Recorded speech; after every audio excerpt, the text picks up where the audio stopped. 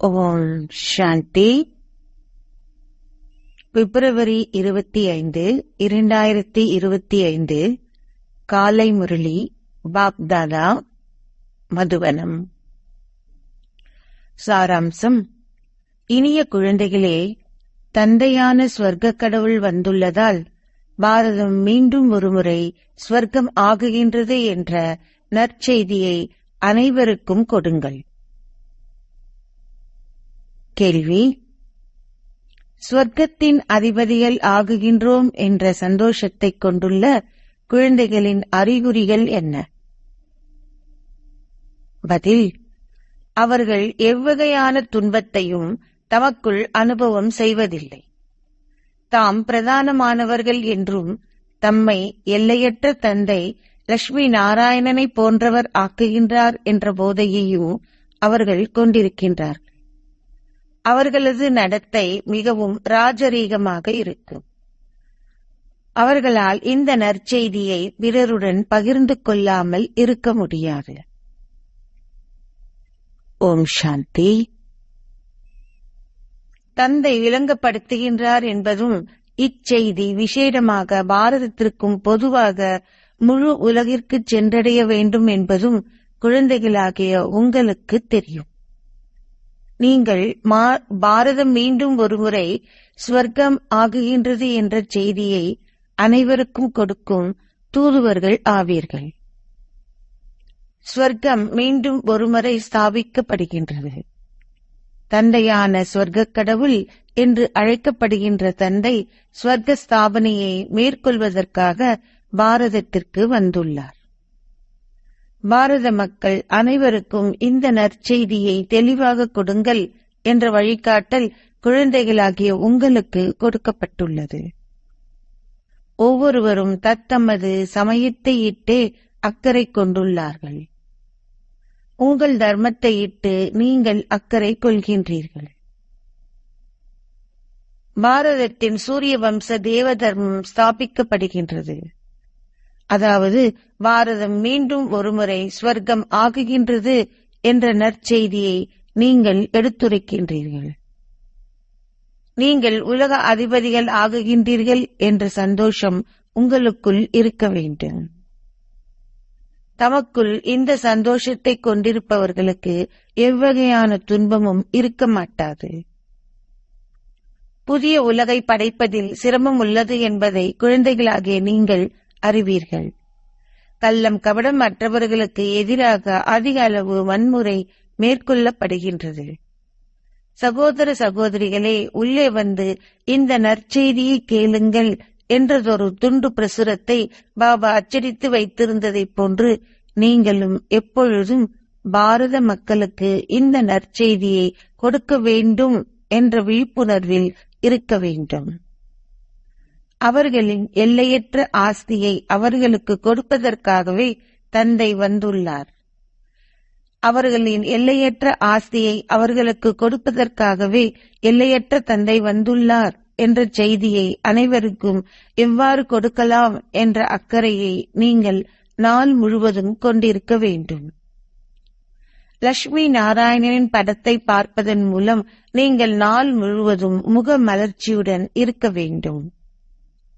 நீங்கள் மிகவும் பிரதானமானவர்கள்.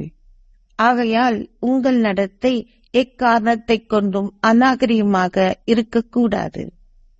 நீங்கள் குரங்குகளை விட மோசமாக இருந்தீர்கள் என்பதை அறிவீர்கள். பாபா இப்பொழுது அவர்களை தேவர்களைப் போன்றவர்கள் ஆக்குகின்றார். ஆகையால் உங்களுக்குள் அதிக அளவு சந்தோஷம் இருக்க வேண்டும். எனினும் இந்த சந்தோஷம் குழந்தைகளுக்கு இருப்பதும் இல்லை. அந்த ஆர்வத்துடன் இச்செய்தியை பிறருக்கு கொடுப்பதும் இல்லை என்பதே அற்புதமாகும். தந்தை உங்களை தூதுவர்கள் ஆக்கியுள்ளார். ஆகையால் இச்செய்தி அனைவரையும் சென்றடைய வேண்டும். தமது ஆதி சனாதன தேவி தேவதா தர்மம் எப்பொழுது ஸ்தாபிக்கப்பட்டது என்பதோ அல்லது இது எப்பொழுது மறைந்தது என்பதோ பாரத மக்களுக்கு தெரியாது. இப்பொழுது விக்கிரகங்கள் மாத்திரமே எஞ்சியுள்ளன. ஏனைய சமயங்கள் அனைத்தும் இப்பொழுது உள்ளன. ஆனால் ஆதி சனாதன தேவி தேவதா தர்மம் இப்பொழுது இல்லை. இந்த விக்கிரகங்கள் பாரதத்தில் மாத்திரமே உள்ளன. பிரம்மாவின் ஊடாக ஸ்தாபனை இடம்பெறுகின்றது. ஆகையால் இந்த நற்செய்தியை நீங்கள் அனைவருக்கும் கொடுக்க வேண்டும். அப்பொழுது உங்களுக்குள் சந்தோஷமும் நிலைத்திருக்கும். இந்த நற்செய்தியை கண்காட்சிகளின் போது கொடுங்கள். எல்லையற்ற தந்தையிடம் வந்து உங்கள் ஆஸ்தியை பெற்றுக் கொள்ளுங்கள். லட்சுமியும் நாராயணனும் உலக அதிபதிகளாக இருந்தார்கள். அவர்கள் எங்கு சென்றார்கள்? இது எவருக்குமே தெரியாது. ஆகையாலேயே அவர்களுடைய முகம் மனிதர்களுடையது போன்றிருந்தாலும் அவர்களின் நடத்தை குரங்குகளை போன்றுள்ளது என்று கூறப்படுகின்றது. உங்கள் முகம் மனிதர்களைப் போன்று இருந்தாலும் உங்கள் நடத்தை தேவர்களைப் போன்று ஆகுகின்றது.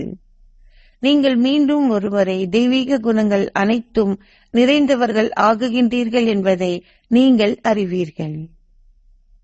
ஆகவே பிறரும் இந்த முயற்சியை செய்வதற்கு நீங்கள் அவர்களுக்கு தூண்டுதல் அளிக்க வேண்டும். கண்காட்சிகள் சேவை செய்வதற்கான சிறந்த முறையாகும். இளர பந்தனம் இல்லாதவர்கள், உதாரணத்திற்கு ஓய்வு பெற்றவர்களுக்கும் விதவைகளுக்கும் குமாரிகளுக்கும் சேவை செய்வதற்கு பல சந்தர்ப்பங்கள் உள்ளன. நீங்கள் சேவை செய்வதில் உங்களை ஈடுபடுத்திக் கொள்ள வேண்டும். இந்த நேரத்தில் திருமணம் செய்வது என்றால் முற்றாக உங்களை அழித்துக் கொள்வது என்று அர்த்தம். திருமணம் செய்யாது இருப்பதென்றால் நல்ல நிலைமையில் இருப்பதாகும். தந்தை கூறுகின்றார், தூய்மையற்ற இந்த மரண உலகம் அழிய உள்ளது. நீங்கள் தூய உலகிற்கு செல்ல விரும்பினால் இந்த சேவையில் உங்களை ஈடுபடுத்திக் கொள்ளுங்கள். நீங்கள் கண்காட்சிகளுக்கு மேல் கண்காட்சிகள் நடத்த வேண்டும். சேவை செய்கின்ற குழந்தைகள் சேவை செய்வதில் அதிக அளவு அக்கறை கொண்டுள்ளார்கள். சிலர் பாபாவிடம் வினவுகின்றார்கள், நான் வேலையை விடலாமா? பாபா நீங்கள் தகுதியானவரா என்று உங்களை பார்க்கின்றார். அதன் பின்னர் வேலையை விட்டு விலகி இந்த சேவையில் உங்களை ஈடுபடுத்திக் கொள்ள அவர் உங்களுக்கு அனுமதி அளிக்கின்றார். நீங்கள் அனைவருக்கும் இந்த நற்செய்தியை கொடுக்க வேண்டும். தந்தை கூறுகின்றார், உங்கள் ராஜ்ய பாக்கியத்தை பெற வாருங்கள். நீங்கள் 5000 வருடங்களின் முன்னரும் உங்கள் ராஜ்ய பாக்கியத்தை கோரினீர்கள். இப்பொழுது மீண்டும் ஒருமுறை வந்து அதனை பெற்றுக் கொள்ளுங்கள். எனது வழிகாட்டலை பின்பற்றுங்கள். உங்களுக்குள் என்ன குறைபாடு உள்ளது என்பதை நீங்கள் சோதித்து பார்க்க வேண்டும். இந்த பேட்சை பயன்படுத்தி நீங்கள் அதிக அளவு சேவை செய்யலாம். இந்த பேட்ச் முதற்தரமானது. அது சொற்ப சத பெறுமதியாயினும் அதனை பயன்படுத்தி நீங்கள் உயர்ந்த அந்தஸ்தை கோர முடியும். மக்கள் தமது கல்விக்காக புத்தகங்கள் போன்றவற்றிற்காக அதிக அளவு செலவழிக்கின்றார்கள். இங்கே புத்தகங்கள் என்ற கேள்விக்கே இடமில்லை. நீங்கள் தந்தையின் உண்மையான மந்திரத்தை அனைவரின் காதுகளிலும் ரகசியமாக கூற வேண்டும். ஏனைய அனைவருமே பொய்யான மந்திரத்தையே கூறுகின்றார்கள். பொய்யான விடயங்களுக்கு எப்பெருமதியும் கிடையாது. கற்களுக்கு அல்ல, வைரங்களுக்கே பெருமதி உள்ளது. ஒவ்வொரு வாசகமும் 100,000 பெருமதியானது என்ற புகழ் இந்த ஞானத்திற்கே பொருந்தும். பல சமய நூல்கள் உள்ளன என்று தந்தை கூறுகின்றார். அவற்றை நீங்கள் அரைக்கல்பமாக கற்றீர்கள். ஆனால் நீங்கள் அவற்றை செய்வதன் மூலம் எதனையும் அடையவில்லை. உங்களுக்கு இப்பொழுது ஞான ரத்தினங்கள் கொடுக்கப்பட்டுள்ளன. அவர்கள் சமய நூல்களின் அதிகாரிகள் என்று அழைக்கப்படுகின்றார்கள். ஆனால் தந்தையோ ஞானக்கடல் ஆவார். அவரது ஒவ்வொரு வாசகமும் 100,000 ரூபாய்களின் பெறுமதியை கொண்டது. அவற்றின் மூலமே நீங்கள் உலக அதிபதிகளாகவும் கோடானு கோடி கோடீஸ்வர்களாகவும் ஆகுகின்றீர்கள்.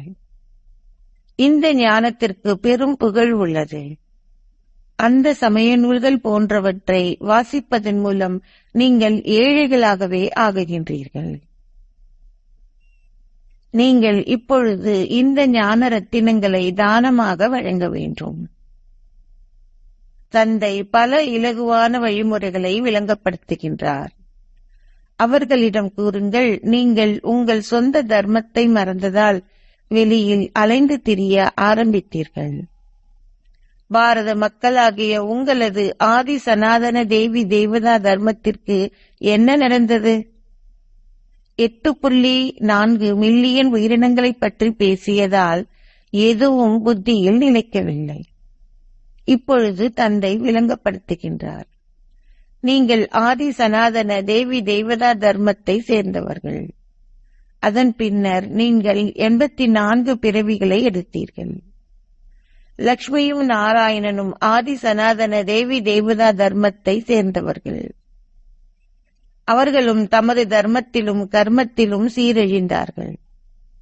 ஏனைய சமயங்கள் அனைத்தும் இருந்த போதும் இந்த ஆதி சனாதன தேவி தேவதா தர்மம் இப்பொழுது இல்லை. இந்த தர்மம் இருந்தபோது ஏனைய சமயங்கள் எதுவும் இருக்கவில்லை. இது மிகவும் இலகுவான விடயம். இந்த தந்தை, இந்த தாதா பிரஜாபிதா பிரம்மா என்பதால் நிச்சயமாக பல பிரம்மகுமாரிகளும் பிரம்மகுமார்களும் இருக்க வேண்டும். தந்தை உங்களை துன்ப தோட்டமாகிய ராவணின் சிறையில் இருந்து விடுதலை அளிக்கின்றார். துன்ப தோட்டம் என்றால் என்னவென்பதை எவருமே புரியாமல் இருக்கின்றார்கள். தந்தை கூறுகின்றார், இது துன்ப உலகமாகும், அதுவோ சந்தோஷ உலகமாகும். உங்கள் அமைதி உலகத்தையும் உங்கள் சந்தோஷ உலகத்தையும் தொடர்ந்தும் நினைவு செய்யுங்கள். அவர்கள் அசரீரி உலகத்தை பற்றி பேசுகின்றார்கள். இந்த ஆங்கில வார்த்தைகள் மிகவும் சிறப்பானவை. இங்கே ஆங்கில மொழி தொடர்ந்தும் பேசப்பட்டுள்ளது. இப்பொழுது பல்வேறு மொழிகள் உள்ளன. மனிதர்களுக்கு எதுவும் புரிவதில்லை. இப்பொழுது நிர்குண் நிலையம் என்று அழைக்கப்படும் குழந்தைகளுக்கான நிலையமும் உள்ளது. நிர்குண் என்றால் தெய்வீக குணங்கள் அற்றது என்று அர்த்தமாகும். அவர்கள் அவ்வாறானதொரு கல்விக்கூடத்தை உருவாக்கி உள்ளார்கள். அவர்கள் அதன் அர்த்தத்தை புரிந்து கொள்ளாமல் இருப்பதற்கு அதற்கு நிர்குண் என்று பெயரிட்டுள்ளார்கள். பல கல்விக்கூடங்கள் உள்ளன. பாரதத்தில் ஆதி சனாதன தேவி தேவதா தர்மம் என்ற ஒரு கல்விக்கூடமே இருந்தது. அந்த நேரத்தில் வேறு எந்த சமயங்களும் இருக்கவில்லை. எவ்வாறாயினும் சக்கரத்தின் கால எல்லை 5000 வருடங்கள் என்பதற்கு பதிலாக 100,000 கணக்கான வருடங்கள் என்று மக்கள் கூறுகின்றார்கள். நீங்கள் அவர்களை அறியாமை என்ற இருளில் இருந்து வெளியேற்ற வேண்டும். நீங்கள் சேவை செய்ய வேண்டும். இந்த நாடகம் ஏற்கனவே நிச்சயிக்கப்பட்டிருப்பினும் நீங்கள் சிவபாபாவின் யஜ்ஞத்தில் உண்டதன் பின்னர் சேவை செய்யாது இருந்தால் பாபாவின் வலது கரமான தர்மராஜின் தண்டனையை அனுபவம் செய்ய நேரிடும். ஆகையால் நீங்கள் எச்சரிக்கை செய்யப்படுகின்றீர்கள். சேவை செய்வது மிகவும் இலகுவானது. அனைவருக்கும் மிகவும் அன்பாக விளங்கப்படுத்துங்கள். குழந்தைகள் ஒரு குறிப்பிட்ட ஆலயத்திற்கோ அல்லது கங்கை கரைக்கோ செல்லும் பொழுது தந்தைக்கு அதை பற்றிய செய்திகள் கிடைக்கின்றன. பக்தர்கள் அதிகாலையில் எழுந்து ஆலயங்களுக்கு செல்கின்றார்கள். சமயப்பற்றுள்ளவர்களுக்கு விளங்கப்படுத்துவது இலகுவானது. லட்சுமி நாராயணனின் ஆலயங்களில் சேவை செய்வது மிகவும் சிறப்பாகும். நல்லது, அங்கு ஆலயத்திற்கு சென்று விளங்கப்படுத்துங்கள். சிவபாபாவே அவர்களை லக்ஷ்மியும் நாராயணனையும் அவ்வாறு ஆக்கினார். இந்த காடு எரியூட்டப்பட்டு அனைத்தும் அழிய உள்ளது. உங்கள் பாகமும் முடிவிற்கு வரும். அதன் பின்னர் நீங்கள் அங்கு சென்று ராஜ குடும்பத்தில் பிறப்பீர்கள். நீங்கள் முன்னேறி செல்கையில் நீங்கள் எவ்வாறு ராஜ்யத்தை கோருவீர்கள் என்பதை அறிந்து கொள்வீர்கள். நாடகத்தில் என்ன உள்ளது என்பது முன்னரே உங்களுக்கு அறிவிக்கப்பட மாட்டாது. நீங்கள் என்ன அந்தஸ்தை கோருவீர்கள் என்பதை அறிந்து கொள்வீர்கள். தான தர்மங்கள் அதிக அளவு செய்தவர்கள் ராஜ குடும்பத்தில் பிறப்பெடுப்பார்கள். அரசர்களுக்கு அதிக அளவு செல்வம் உள்ளது. நீங்கள் இப்பொழுது இந்த ஞான ரத்தினங்களை தானமாக வழங்குகின்றீர்கள். இந்த ஞானம் பாரத மக்களுக்கு உரியது. அவர்களிடம் கூறுங்கள், ஆதி சனாதன தேவி தேவதா தர்மம் இப்பொழுது ஸ்தாபிக்கப்படுகின்றது. தூய்மையாக்குபவரான தந்தை இப்பொழுது வந்துள்ளார். தந்தை கூறுகின்றார், என்னை நினைவு செய்யுங்கள். இது மிகவும் இலகுவானது. ஆயினும் அவர்களின் புத்தி அதிக அளவு தமோ பிரதானாக உள்ளதால் அவர்களால் எதனையும் கிரகிக்க முடியாதுள்ளது. அவர்கள் விகாரங்களின் செல்வாக்கிற்கு உட்பட்டுள்ளார்கள். பல வகையான மிருகங்களும் உள்ளன. சில அதிக அளவு கோபம் கொண்டவை. மிருகங்களின் ஒவ்வொரு இனமும் வெவ்வேறு சுபாவங்களை கொண்டவை. அவை வெவ்வேறு வகையில் துன்பம் கொடுக்கின்றன. காமவாலை பயன்படுத்தலே அதிகபட்ச துன்பத்தை விளைவிக்கின்ற விகாரமாகும். ராவண ராஜ்யம் விகாரமான ராஜ்யமாகும். தந்தை ஒவ்வொரு நாளும் விளங்கப்படுத்துகின்றார். பல நல்ல புத்திரிகள் சிறை வைக்கப்பட்டுள்ளார்கள். அவர்கள் பந்தனத்தில் உள்ளவர்கள் என்று அழைக்கப்படுகின்றார்கள். உண்மையில் அவர்களுக்கு ஞானோதயம் கிடைக்குமாயின் அவர்களை எவராலும் பந்தனத்தில் வைத்திருக்க முடியாது. எவ்வாறாயினும் அவர்களுக்கு இன்னமும் அதிக அளவு பற்று என்ற பந்தனம் உள்ளது. சந்நியாசிகளும் தமது வீட்டை நினைவு செய்கின்றார்கள். இந்த பந்தனத்தை துண்டிப்பது மிகவும் கடினம். நீங்கள் இப்பொழுது உங்கள் நண்பர்கள், உறவினர்கள் போன்றோரை மறக்க வேண்டும். ஏனெனில் இப்பழைய உலகம் அழிய உள்ளது. உங்கள் சொந்த சரீரத்தையும் மறந்து உங்களை ஆத்மாக்கள் என கருதி பாபாவை நினைவு செய்ய வேண்டும். நீங்கள் தூய்மையாக வேண்டும். நீங்கள் உங்கள் 84 பிறவிகளின் பாகத்தை நிறைவு செய்ய வேண்டும். அதற்கு முன்னர் எவராலும் வீடு திரும்ப முடியாது. இந்த நாடகம் இப்பொழுது நிறைவு பெற இருப்பதால் நீங்கள் இப்பொழுது வீடு திரும்ப உள்ளீர்கள் என்பதை இட்டு குழந்தைகளாகிய நீங்கள் அதிக அளவு சந்தோஷப்பட வேண்டும். உங்கள் பாகம் இப்பொழுது முடிவடைகின்றது. எனவே வீடு திரும்புவதில் நீங்கள் ஆர்வமாக இருக்க வேண்டும். பாபாவை அதிக அளவு நினைவு செய்யுங்கள். இந்த நினைவின் மூலமே உங்கள் பாவங்கள் அழிக்கப்படும். நீங்கள் முதலில் வீடு திரும்புவீர்கள். அதன் பின்னர் நீங்கள் சந்தோஷ தாமத்திற்கு செல்வீர்கள். இவ்வுலகில் இருந்து சிலர் விரைவில் விடுதலை அடைய விரும்புகின்றார்கள். ஆனால் அவர்களால் எங்கு செல்ல முடியும்? எல்லாவற்றிற்கும் முதலில் உயர்ந்ததோர் அந்தஸ்தை கோர நீங்கள் முயற்சி செய்ய வேண்டும். முதலில் உங்கள் சொந்த நாடியை பிடித்து பாருங்கள். அதன் பின்னர் நீங்கள் எந்த அளவிற்கு தகுதியானவர் ஆகியுள்ளீர்கள் என்றும் நீங்கள் சொர்க்கத்திற்கு செல்லும் பொழுது என்ன செய்வீர்கள் என்றும் உங்களையே கேளுங்கள். முதலில் நீங்கள் தகுதியானவர்கள் ஆக வேண்டும். நீங்கள் தந்தையின் தகுதியான குழந்தைகள் ஆக வேண்டும். லக்ஷ்மியும் நாராயணனுமே அதிகபட்ச தகுதியுடையவர்கள். கடவுளை சில குழந்தைகளை இட்டு கூறுகின்றார், இவர் மிகவும் சிறந்தவர், அவர் சேவை செய்வதற்கு தகுதியானவர். சிலரை பொறுத்தவரை அவர் கூறுகின்றார், இவர் தகுதியற்றவர். அவர் தனது சொந்த அந்தஸ்தை எந்த காரணமும் இல்லாமல் அழித்துக் கொள்கின்றார். தந்தை உண்மை மாத்திரமே பேசுகின்றார். அவர்கள் அழைக்கின்றார்கள், ஓ தூய்மையாக்குபவரே, வாருங்கள், வந்து சந்தோஷ உலகிற்கு எங்களை அதிபதிகள் ஆக்குங்கள். அவர்கள் எல்லையற்ற சந்தோஷத்தினை வேண்டுகிறார்கள். எனவே தந்தை கூறுகின்றார், சிறிதளவு சேவை செய்வதற்கான தகுதியேனும் பெறுங்கள். இந்த நற்செய்தியை எனது பக்தர்களுக்கு கொடுங்கள். ஸ்ரீபாபா இப்பொழுது ஆஸ்தியை கொடுக்கின்றார். அவர் கூறுகின்றார், என்னை நினைவு செய்து தூய்மையாகும் போது நீங்கள் தூய உலகிற்கு அதிபதிகள் ஆகுவீர்கள். இந்த பழைய உலகம் எரியூட்டப்பட உள்ளது. உங்கள் முன்னிலையில் உங்கள் லட்சியத்தையும் குறிக்கோளையும் காணும் பொழுது அதிக அளவு சந்தோஷம் அனுபவம் செய்யப்பட வேண்டும். நாங்கள் அவர்களை போன்றவர்கள் ஆக வேண்டும்.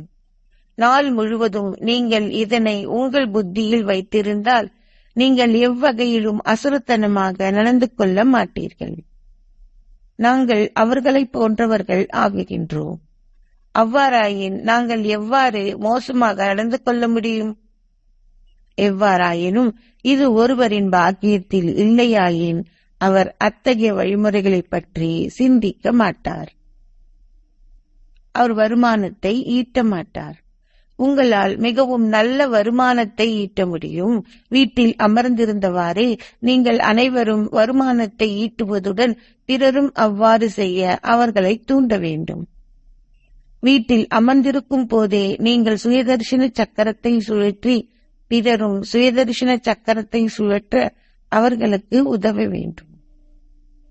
நீங்கள் எந்த அளவிற்கு பிறரை இவ்வாறு ஆக்குகின்றீர்களோ அதற்கேற்ப நீங்கள் உயர்ந்த அந்தஸ்தை கூறுவீர்கள். உங்கள் இலக்கும் குறிக்கோளும் லட்சுமி நாராயணனை போன்றவர்கள் ஆகுவதாகும். சூரிய வம்சத்தினரில் ஒருவராக வர விரும்புகின்றீர்களா என கேட்கப்படும் பொழுது உங்கள் கைகளை நீங்கள் உயர்த்துகின்றீர்கள். இப்படங்கள் கண்காட்சிகளுக்கு அதிக அளவு பயனளிக்கும். நீங்கள் விளங்கப்படுத்துவதற்காக அவற்றை பயன்படுத்தலாம். அதிமேலான தந்தை கூறுவதை மாத்திரமே நாங்கள் செவிமடிக்கின்றோம். பக்தி மார்க்கத்து விடயங்களை செவிமடிப்பதை நாங்கள் தவிர்க்கின்றோம். இப்படங்கள் மிகவும் சிறந்தவை. அவற்றைக் கொண்டு நீங்கள் அதிக அளவு சேவை செய்யலாம். நல்லது. இனிமையிலும் இனிமையான அன்பிற்கு உரிய எப்போதோ தொலைந்து இப்போது கண்டுபிடிக்கப்பட்டிருக்கும் குழந்தைகளுக்கு உங்கள் தாய் தந்தையாக இருக்கும் பாப்தாதாவின் அன்பும் நினைவுகளும் காலை வந்தனங்களும். ஆன்மீக தந்தை ஆன்மீக குழந்தைகளுக்கு நமஸ்தே சொல்கின்றார். ஆன்மீக தந்தைக்கு ஆன்மீக குழந்தைகளின் அன்பு நினைவுகள் மற்றும் நமஸ்தே. தாரணைக்கான சாராம்சம். 1.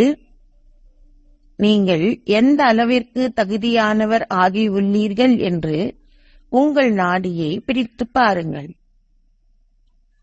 தகுதியானவர் ஆகுவதுடன் நீங்கள் செய்கின்ற சேவைக்கான அத்தாட்சியையும் காட்டுங்கள்.